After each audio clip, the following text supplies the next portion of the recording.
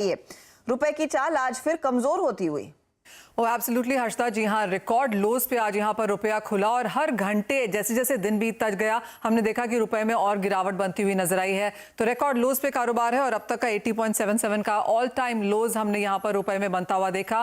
कल की जो क्लोजिंग थी वो ऑल टाइम लो क्लोजिंग भी थी और आज की अगर बात की जाए तो 7 महीने में ये सबसे बड़ी इंट्राडे गिरावट देखने को मिली है। हमने रुपए को यहाँ पर करीब करीब 86 पैसे तक कमजोर होता हुआ देखा है और ये इस साल की अगर बात की जाए तो रुपए में करीब करीब 10% की गिरावट हम ऑलरेडी देख चुके हैं और ये गिरावट पिछले 2 हफ्ते में गहराई है, जहां पर ₹1.25 से ज्यादा की गिरावट या मंदी हमने रुपए में आते हुए देखी है।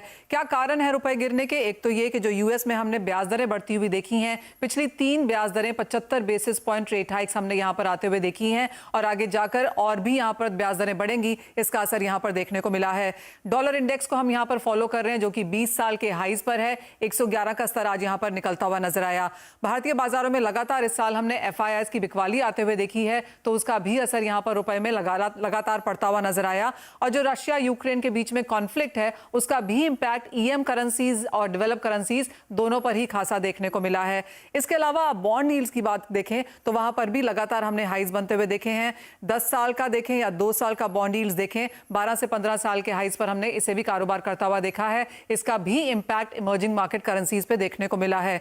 यह रुपए की चाल है जहां पर हमने लगातार इसे मार्च से वीकन होते हुए देखा है और 80 के ऊपर अब ये यहां पर ठहरता हुआ नजर आ रहा है। काफी हद तक इंपैक्ट इसका अक्रॉस एसेट क्लासेस और अक्रॉस, जैसे आपने कहा, ट्रैवल पर भी देखने को मिलेगा। इंपोर्ट बिल तो हम बढ़ता हुआ देखेंगे ही, स्पेशली कच्चे तेल में और एसेंशियल कमोडिटीज में। इसके अलावा व्यापार घाटा यानी कि ट्रेड डेफिसिट में भी इसका इंपैक्ट आता हुआ नजर आएगा। इंपोर्ट वाली जो कंपनीज हैं उनको तो नुकसान है ही, क्योंकि आपको ज्यादा अब यहां पर डॉलर के मुकाबले देना होगा और जो तेल कंपनियां हैं इस पर दबाव बढ़ेगा, क्योंकि 85% जो हमारी तेल की रिक्वायरमेंट है वो हम यहां पर इंपोर्ट करते हैं, तो ये बिल भी हम यहां पर बढ़ता हुआ देखेंगे। अगर पिछले 1 महीने का प्रदर्शन देखा जाए इमर्जिंग मार्केट करेंसीज का, तो यहां पर रुपए में कम गिरावट देखने को मिली है। Singapore dollar, Malaysian ringgit, Chinese yuan और कोरियन वॉन में यहां पर जो गिरावट है वो कई ज्यादा है और इसीलिए शायद हमने अभी तक आरबीआई की तरफ से कोई इंटरवेंशन रुपए में आता हुआ नहीं देखा, क्योंकि इमर्जिंग मार्केट करेंसीज या डेवलप मार्केट करेंसीज के कंपैरिजन में हम काफी कम गिरे हैं। अगर यही करेंसीज आप ईयर टू डेट भी देखें तो डबल डिजिट परसेंटेज डिक्लाइन यहां पर होता हुआ नजर आया है। करीबन 12 से 20% तक की गिरावट इन करेंसीज में इस साल में अब तक दर्ज की गई है, जो रुपए के मुकाबले काफी ज्यादा है। शुक्रिया मनीषा इस अपडेट के लिए। तो क्लियरली हमारी हालत काफ़ी कमज़ोर होती हुई ज़रूर दिखाई दी है, लेकिन हम इतने नहीं टूटे जितना शायद चाइनीज़ युआन टूटा है। वो हमारे लिए एक सिल्वर लाइनिंग है, लेकिन आरबीआई की तरफ से कोई इंटरवेंशन नहीं आया आज के दिन, जैसे मनीषा कह रही हैं। अब सेक्टोरली किसके लिए पॉजिटिव किसके लिए नेगेटिव उस पर आएंगे, लेकिन चार्टिकली स्थिति कितनी और कमज़ोर बन सकती है? आशीष चतुर्मोता, आई एम श्योर आप रुपी को भी ट्रैक करते हैं, क्या लग रहा है यहाँ से कितनी और वीकनेस?